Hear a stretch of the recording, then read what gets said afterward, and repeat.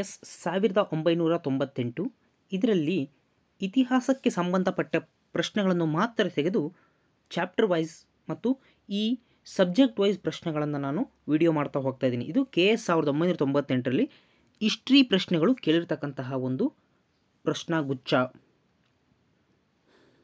ನೋಡಿ, ಫಸ್ಟ್ನೇ ಪ್ರಶ್ನೆ ನೋಡಿ, 1 ಮತ್ತು 2ನೇ ಪಟ್ಟಿ ಕೊಟ್ಟು ಹೊಂದಿಸಿ ಬರಲು ಹೇಳಿದರೆ ಇಲ್ಲಿ ಮುದ್ರಾ ರಾಕ್ಷಸ, ಸೂರ್ಯ ಸಿದ್ಧಾಂತ, ನಾಗಾನಂದ, ಬುದ್ಧ ಚರಿತ ಅಂತ ಕೊಟ್ಟಿದ್ದಾರೆ. ಇಲ್ಲಿ ಹರ್ಷವರ್ಧನ, ವಸುಮಿತ್ರ, ಆರ್ಯಭಟ, ಅಶ್ವಘೋಷ, ವಿಶಾಖದತ್ತ ಅಂತ ಕೊಟ್ಟಿದ್ದಾರೆ. ಇದನ್ನು ನಾವು ಹೊಂದಿಸಿ ಬರೆದಾಗ ಇದಕ್ಕೆ ಸರಿಯಾದ ಉತ್ತರ ಮುದ್ರಾ ರಾಕ್ಷಸ. ವಿಶಾಖದತ್ತ ಬರೆದಿರತಕ್ಕಂತಹ ಕೃತಿ ಅಂದರೆ ವಿಶಾಖದತ್ತ ಮುದ್ರಾ ರಾಕ್ಷಸ. ಸೂರ್ಯ ಸಿದ್ಧಾಂತವನ್ನು ಪ್ರತಿಪಾದಿಸಿದವರು ಆರ್ಯಭಟ. ಸೂರ್ಯ ಸಿದ್ಧಾಂತ ಆರ್ಯಭಟ. ಹರ್ಷವರ್ಧನನ ನಾಗಾನಂದ. ಹರ್ಷವರ್ಧನನ ನಾಗಾನಂದ. ಅಶ್ವಘೋಷನ ಬುದ್ಧ ಚರಿತ. ಅಶ್ವಘೋಷ ಬರೆದಿರೋದು ಬುದ್ಧ ಚರಿತ. ಇನ್ನೊಂದ್ಸಲ ನೋಡ್ಕೊಂಬಿಡ್ರಿ. ವಿಶಾಖದತ್ತನ ಮುದ್ರಾ ರಾಕ್ಷಸ, ಸೂರ್ಯ ಸಿದ್ಧಾಂತ ಆರ್ಯಭಟ, ನಾಗಾನಂದ ಹರ್ಷವರ್ಧನ, ಅಶ್ವಘೋಷನ ಬುದ್ಧ ಚರಿತ. ನೆಕ್ಸ್ಟು, ದಕ್ಷಿಣ ಭಾರತದ ಮೊದಲ ರಾಜವಂಶ ಯಾವುದು? ಚೋಳರು, ಚೇರರು, ಪಾಂಡ್ಯರು, ಶಾತವಾಹನರು. ಸರಿಯಾದ ಉತ್ತರ ಶಾತವಾಹನರು. ದಕ್ಷಿಣ ಭಾರತದ ಮೊದಲ ರಾಜವಂಶ ಅಂದರೆ ಅದು ಶಾತವಾಹನರು. ಕರ್ನಾಟಕದ ಅಥವಾ ಕನ್ನಡದ ಮೊದಲ ರಾಜವಂಶ ಯಾವುದು ಅಂದರೆ ಅದು ಕದಂಬರು. ಭಾರತದ ಮೊದಲ ರಾಜವಂಶ ಅಂತ ಕೇಳಿದರೆ ಅದು ಮೌರ್ಯರು. ಸೊ ದಕ್ಷಿಣ ಭಾರತದ ಮೊದಲ ರಾಜವಂಶ ಅಂದರೆ ಅದು ಶಾತವಾಹನರು. ಕನ್ನಡದಲ್ಲಿ ಉಪಲಬ್ಧವಿರುವ ಮೊದಲ ಸಾಹಿತ್ಯ ಕೃತಿ ಯಾವುದು? ನೆನ್ಪಿಟ್ಕೊಳ್ಳಿ, ಇದು ಇಂಪಾರ್ಟೆಂಟ್. ಸಾಹಿತ್ಯ ಕೃತಿ ಯಾವುದು? ಕನ್ಫ್ಯೂಸ್ ಆಗಿಬಿಡ್ರಿ. ಸಾಹಿತ್ಯ ಕೃತಿ ಕೇಳಿರೋದು ನೋಡಿ, ಶಬ್ದಮಣಿ ದರ್ಪಣ, ಕವಿರಾಜ ಮಾರ್ಗ, ಒಡ್ಡರಾಧನೆ, ಆದಿಪುರಾಣ. ಸರಿಯಾದ ಉತ್ತರ ಕವಿರಾಜ ಮಾರ್ಗ. ಇದು ಮೊದಲ ವ್ಯಾಕರಣ ಶಬ್ದಮಣಿ ದರ್ಪಣ. ಕವಿರಾಜ ಮಾರ್ಗ ಅಂದರೆ ಇದು ಮೊದಲ ಸಾಹಿತ್ಯ ಕೃತಿ. ತಲಕಾಡಿನ ಗಂಗರ ರಾಜಲಾಂಛನ ಯಾವುದು? ನೋಡಿ, ಗಜ, ಸಿಂಹ, ವರಹ, ನಂದಿ. ಸರಿಯಾದ ಉತ್ತರ ಗಜ. ಮದಗಜ ಅಂತ ಕರಿತೇವೆ. ತಲಕಾಡಿನ ಗಂಗರ ರಾಜಲಾಂಛನ ಮದಗಜ. ಎಲ್ಲೋರದ ಏಕಶಿಲಾ ಕೈಲಾಸ ದೇವಾಲಯ ಈತನ ಆಳ್ವಿಕೆಯಲ್ಲಿ ಕೆತ್ತಲ್ಪಟ್ಟಿತು.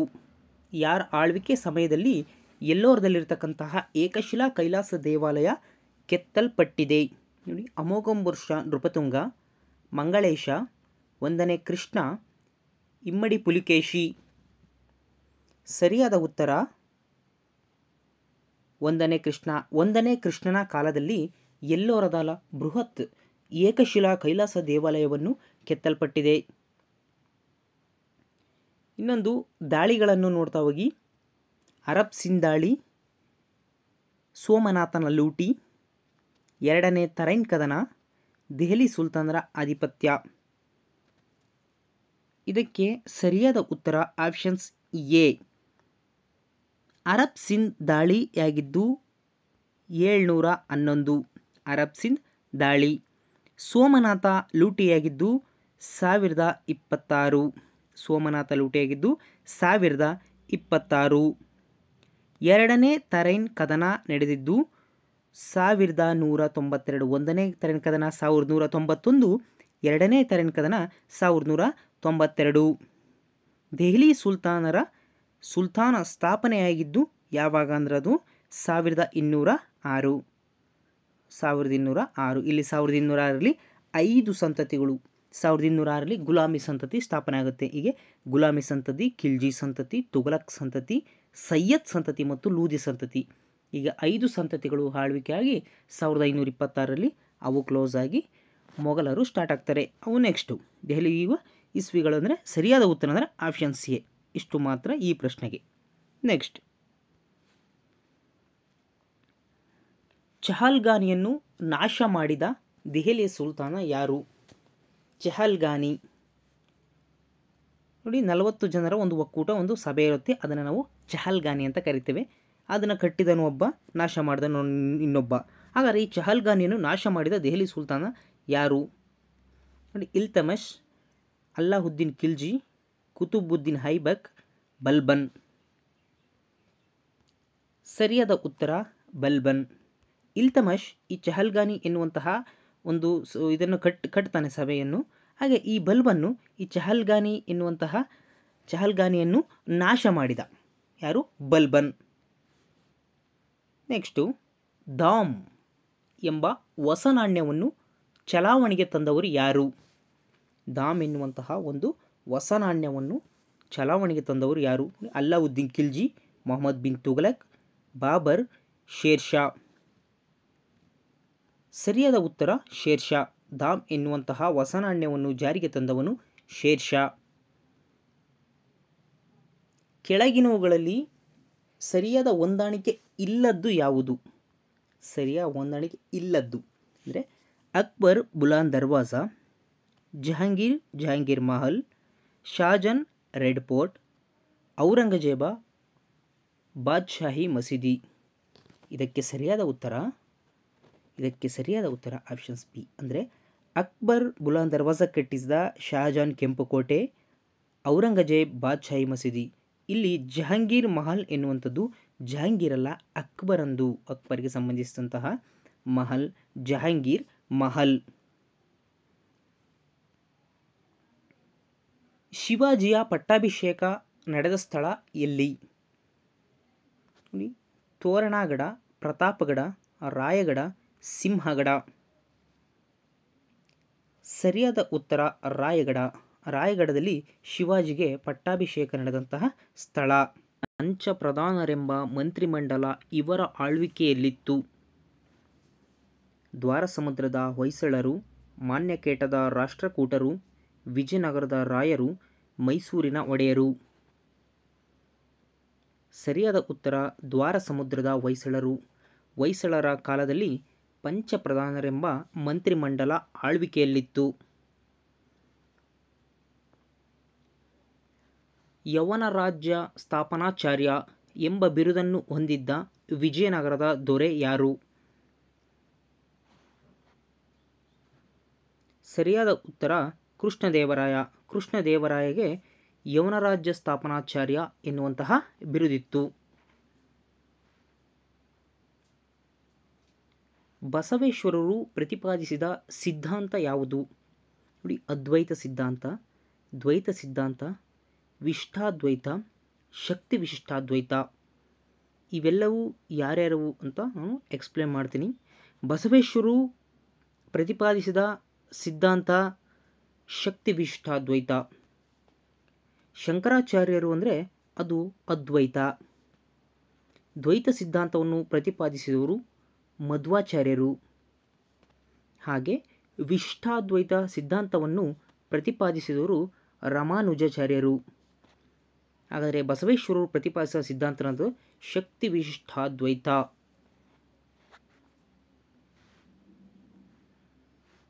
ನೋಡಿ, 1857ರ ದಂಗೆ ಬಗ್ಗೆ ಕೆಲವೊಂದು ಪಟ್ಟಿ ಕೊಟ್ಟಿದೆ. ಇಲ್ಲಿ ಬಂಗಾಳ, ಉತ್ತರ ಪ್ರದೇಶ, ಬಿಹಾರ ಮತ್ತು ರುಹಿಲ್ಖಂಡ್ ಇದೆ. ಇಲ್ಲಿ ಮೌಲ್ವಿ ಅಹಮದುಲ್ಲಾ, ಕುಮಾರ್ ಸಿಂಗ್, ಮಂಗಳ್ ಪಾಂಡೆ, ನಾನಾ ಸಾಹೇಬ್ ಮತ್ತು ರಾಣಿ ಲಕ್ಷ್ಮೀಬಾಯಿ ಇದ್ದಾರೆ. ಇದಕ್ಕೆ ಸರಿಯಾಗಿ ಹೊಂದಾಣಿಕೆ ಮಾಡಿದಾಗ ಆಪ್ಷನ್ ಸಿ ಸರಿಯಾದ ಉತ್ತರ.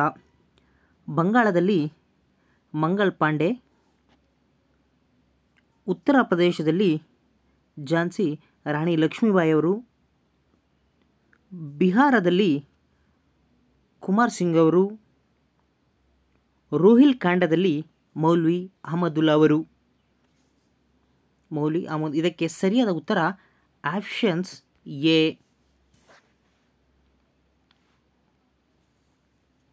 ನೋಡಿ, ಈ ಕೆಳಗಿನ ಜೋಡಿಗಳಲ್ಲಿ ಸರಿಯಾಗಿ ಹೊಂದಾಣಿಕೆ ಇರುವುದು ಯಾವುದು? ಒಂದನೇ ಆಂಗ್ಲೋ ಮೈಸೂರು ಯುದ್ಧದಲ್ಲಿ ವಾರನ್ ಹೇಸ್ಟಿಂಗ್, ಮೂರನೇ ಆಂಗ್ಲೋ ಮೈಸೂರು ಯುದ್ಧ ಲಾರ್ಡ್ ವೆಲ್ಲೆಸ್ಲಿ, ಮೊದಲ ಆಂಗ್ಲೋ ಸಿಖ್ ಯುದ್ಧ ಡಾಲೌಸಿ. ಮೂರನೇ ಆಂಗ್ಲೋ ಅಫ್ಘನ್ ಯುದ್ಧ ಹ್ಯಾರ್ಡಿಂಗ್. ಸರಿಯಾದ ಉತ್ತರ ಆಪ್ಷನ್ಸ್ ಎ. ಮೊದಲ ಆಂಗ್ಲೋ ಮೈಸೂರು ಯುದ್ಧದಲ್ಲಿ ವಾರನ್ ಹೆಸ್ಟಿಂಗ್ ರವರು ನೇತೃತ್ವ. ವಾರನ್ ಹೆಸ್ಟಿಂಗ್ ರವರ ಆಂಗ್ಲೋ ಪಡೆ. ಭಾರತೀಯ ಸಿವಿಲ್ ಸೇವೆಯನ್ನು ಪ್ರಾರಂಭಿಸಿದವರು ಯಾರು?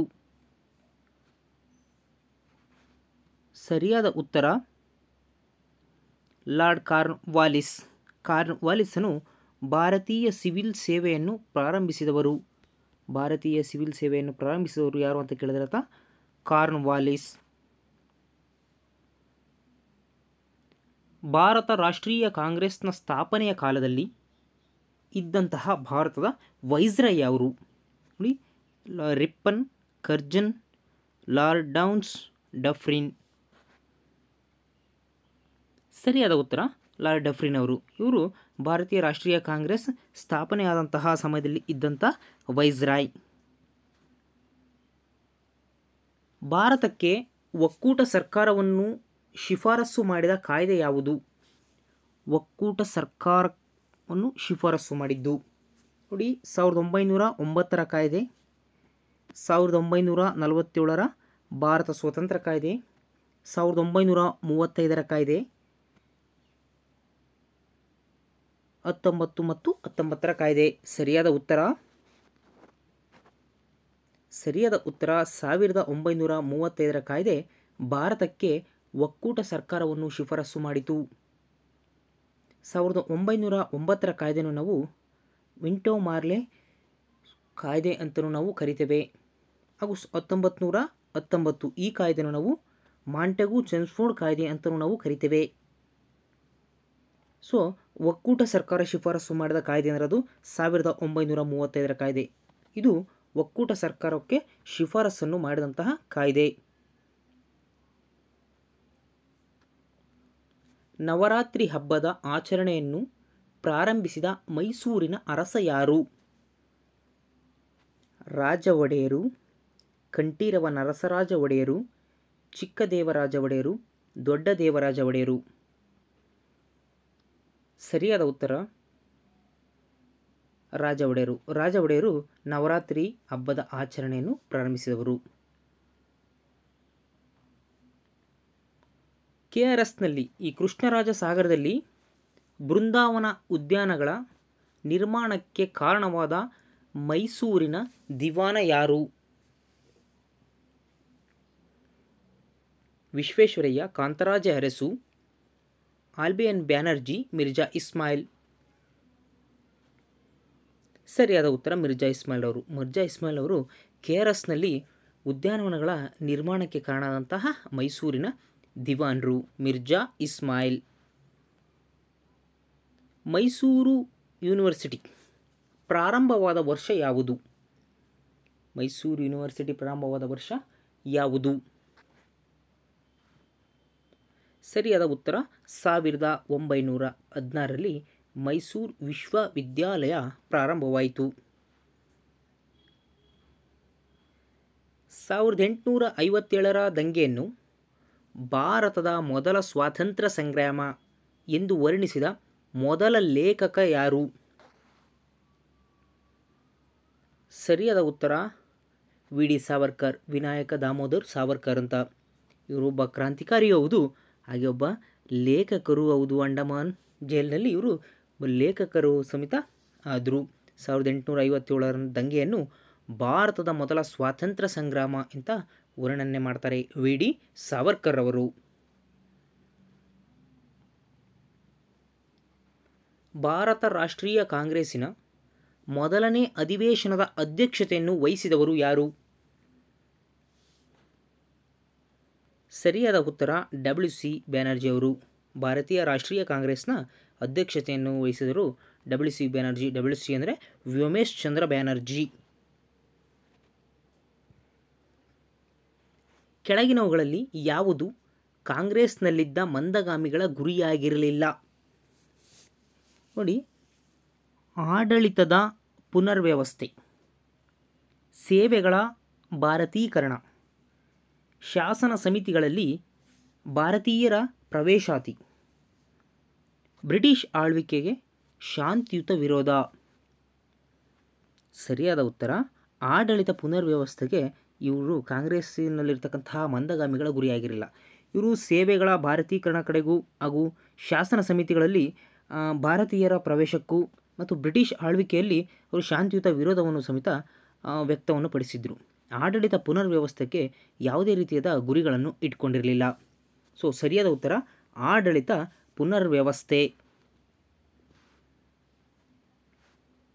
ಸ್ವಾತಂತ್ರ್ಯ ಸಂಗ್ರಾಮದ ಗುರಿ ಸ್ವರಾಜ್ಯ ಅಥವಾ ಸ್ವಯಂ ಆಡಳಿತ ಎಂದು ಘೋಷಿಸಿದ ರಾಷ್ಟ್ರೀಯ ನಾಯಕರು ಯಾರು? ಸ್ವಾತಂತ್ರ್ಯ ಸಂಗ್ರಾಮದ ಗುರಿ ಸ್ವರಾಜ್ಯ ಅಥವಾ ಸ್ವಯಂ ಆಡಳಿತ. ನೋಡಿ, ಗೋಪಾಲಕೃಷ್ಣ ಗೋಖಲೆ, ಬಾಲಗಂಗಾಧರ್ ತಿಲಕ್, ಮಹಾತ್ಮ ಗಾಂಧೀಜಿ, ಜವಾಹರ್ಲಾಲ್ ನೆಹರು. ಸರಿಯಾದ ಉತ್ತರ ಬಾಲಗಂಗಾಧರ್ ತಿಲಕ್ರವರು ಸ್ವರಾಜ್ಯ ಅಥವಾ ಸ್ವಯಂ ಆಡಳಿತ ಅಂತ ಘೋಷಿಸುತ್ತಾರೆ. ನೆಕ್ಸ್ಟ್, ಗದ್ದರ್ ಪಕ್ಷವೆಂಬ ಕ್ರಾಂತಿಕಾರಿ ರಾಷ್ಟ್ರೀಯ ಸಂಘಟನೆಯ ಕೇಂದ್ರ ಸ್ಥಳ ಎಲ್ಲಿದೆ? ಭಾಳ ಪ್ರಶ್ನೆ, ಮತ್ತು KS ಅಂತಲ್ಲ, ಕೆಲವೊಂದು PSI ಪ್ರಶ್ನೆ ಪತ್ರಿಕೆಗಳಲ್ಲೂ ಭಾಳಷ್ಟು ಕೇಳಿರ್ತಕ್ಕಂಥ ರಿಪೀಟೆಡ್ ಪ್ರಶ್ನೆ. ಗದ್ದರ್ ಪಕ್ಷವೆಂಬ ಕ್ರಾಂತಿಕಾರಿ ರಾಷ್ಟ್ರೀಯ ಸಂಘಟನೆಯ ಕೇಂದ್ರ ಸ್ಥಳ ಎಲ್ಲಿದೆ? ಸರಿಯಾದ ಉತ್ತರ ಸ್ಯಾನ್ ಫ್ರಾನ್ಸಿಸ್ಕೋ. ಸ್ಯಾನ್ ಫ್ರಾನ್ಸಿಸ್ಕೋದಲ್ಲಿ ಈ ಗದ್ದರ್ ಪಕ್ಷವೆಂಬಂತಹ ಒಂದು ರಾಷ್ಟ್ರೀಯ ಸಂಘಟನೆಯನ್ನು ನಾವು ಕಾಣಬಹುದು, ಕ್ರಾಂತಿಕಾರಿ ಸಂಘಟನೆ. ಸರ್ ಸೈಯದ್ ಅಹಮದ್ ಖಾನ್ ರವರಿಂದ ಪ್ರಾರಂಭಿಸಲ್ಪಟ್ಟ ಚಳುವಳಿ ಯಾವುದು? ನೋಡಿ, ವಹಾಬಿ ಚಳುವಳಿ, ಅಹಮದಿಯಾ ಚಳುವಳಿ, ಅಲಿಗರ್ ಚಳುವಳಿ, ಖಿಲಾಫತ್ ಚಳುವಳಿ. ಸರಿಯಾದ ಉತ್ತರ ಅಲಿಗರ್ ಚಳುವಳಿಯನ್ನು ಪ್ರಾರಂಭಿಸಿದವರು ಯಾರು ಅಂದರೆ ಸರ್ ಸೈಯದ್ ಅಹಮದ್ ಖಾನ್. ಬಾರ್ಡೋಲಿ ಸತ್ಯಾಗ್ರಹದ ನೇತೃತ್ವವನ್ನು ವಹಿಸಿದವರು ಯಾರು ಅಥವಾ ಬಾರ್ಡೋಲಿ ಸತ್ಯಾಗ್ರಹದ ನಾಯಕರು ಯಾರು? ಸರಿಯಾದ ಉತ್ತರ ವಲ್ಲಭಾಯ್ ಪಟೇಲ್. ವಲ್ಲಭಾಯ್ ಪಟೇಲ್ರವರು ಬಾರ್ಡೋಲಿ ಸತ್ಯಾಗ್ರಹದ ನಾಯಕತ್ವವನ್ನು ವಹಿಸಿದಕ್ಕೋಸ್ಕರ ಗಾಂಧೀಜಿಯವರು ಸರ್ದಾರ್ ಎನ್ನುವಂತಹ ಬಿರುದನ್ನು ಕೊಡ್ತಾರೆ. ಸೊ ಸರ್ದಾರ್ ವಲ್ಲಭಭಾಯ್ ಪಟೇಲ್. ಫಾರ್ವರ್ಡ್ ಬ್ಲಾಕನ್ನು ಸ್ಥಾಪಿಸಿದವರು ಯಾರು? Forward block. ಸರಿಯಾದ ಉತ್ತರ ಸುಭಾಷ್ ಚಂದ್ರ ಬೋಸ್ರವರು. ಸುಭಾಷ್ ಚಂದ್ರ ಬೋಸ್ರವರು ಫಾರ್ವರ್ಡ್ ಬ್ಲಾಕನ್ನು ಸ್ಥಾಪನೆ ಮಾಡ್ತಾರೆ.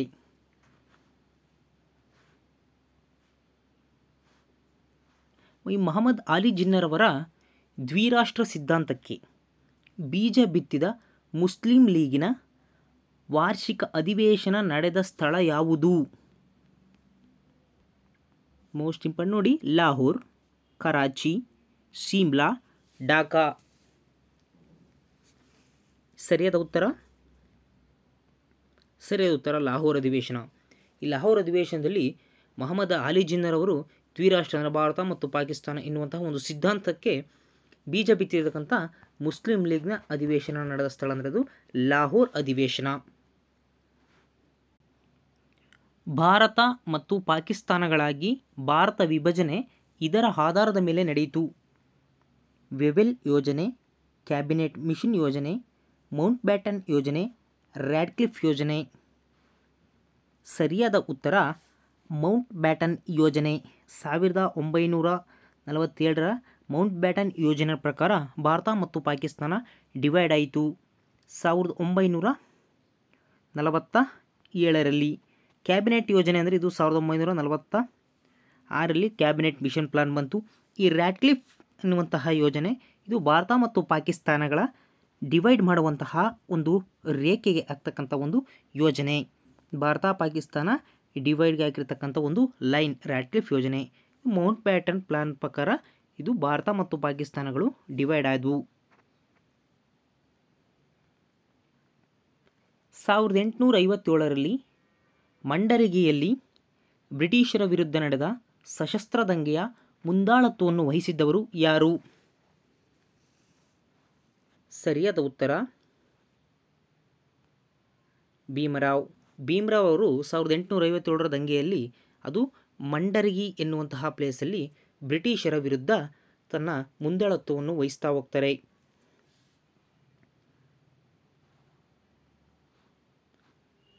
ಕರ್ನಾಟಕದ ಜಲಿಯನ್ ವಾಲಾಬಾಗ್ ಎಂದು ಪ್ರಚಲಿತವಾಗಿರುವ ಸತ್ಯಾಗ್ರಹ ನಡೆದ ಸ್ಥಳ ಯಾವುದು?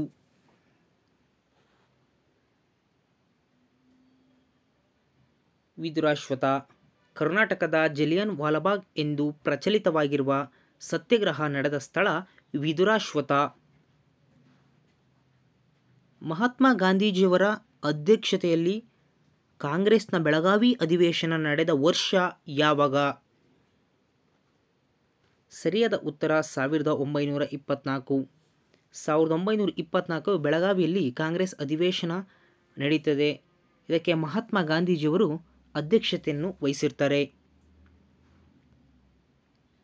ಸಿಂಧೂ ನಾಗರಿಕತೆಯ ಪ್ರಸಿದ್ಧ ನಿವೇಶನಗಳಲ್ಲಿ ಒಂದಾದಂತಹ ಲೋಥಾಲ್ ಇದನ್ನು ಉತ್ಖನನ ಮಾಡಿದವರು ಯಾರು? ಲೋಥಾಲನ್ನು ಉತ್ಖನನ ಮಾಡಿದಂತಹ ವ್ಯಕ್ತಿ ಅಂದರೆ ಆತ ಎಸ್.ಆರ್.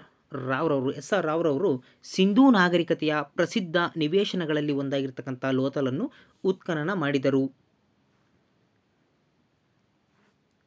ಋಗ್ವೇದ ಕಾಲದ ಆರ್ಯರು ಆರಾಧಿಸುತ್ತಿದ್ದ ಪ್ರಮುಖ ದೈವ ಅಥವಾ ದೇವರು ಯಾವುದು?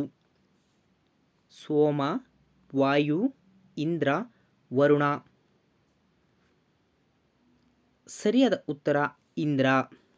ಋಗ್ವೇದ ಕಾಲದಲ್ಲಿ ಆರ್ಯರು ಪೂಜಿಸುತ್ತಿದ್ದಂತಹ ದೇವರು ಇಂದ್ರ. ಇಷ್ಟು ಪ್ರಶ್ನೆಗಳು KS ಅಲ್ಲಿ ಕೇಳಿರ್ತಕ್ಕಂತಹ ಪ್ರಶ್ನೆ ಪತ್ರಿಕೆಯಲ್ಲಿ ಕೇಳಿರ್ತಕ್ಕಂಥ ಹಿಸ್ಟ್ರಿ ಪ್ರಶ್ನೆಗಳು. ಹಾಗೂ ಇನ್ನೊಂದು, ಅಶೋಕನು 3ನೇ ಬೌದ್ಧ ಸಮ್ಮೇಳನ ನಡೆದ ಸ್ಥಳ ಯಾವುದು? ರಾಜಗೃಹ, ಪಾಟಲಿಪುತ್ರ, ವೈಶಾಲಿ, ಕುಂಡಲೀವನ. ಈ ಪ್ರಶ್ನೆಗೆ ಸರಿಯಾದ ಉತ್ತರವನ್ನು ನನ್ನ ಕಾಮೆಂಟ್ ಬಾಕ್ಸಲ್ಲಿ ಕಾಮೆಂಟ್ ಮಾಡಿ.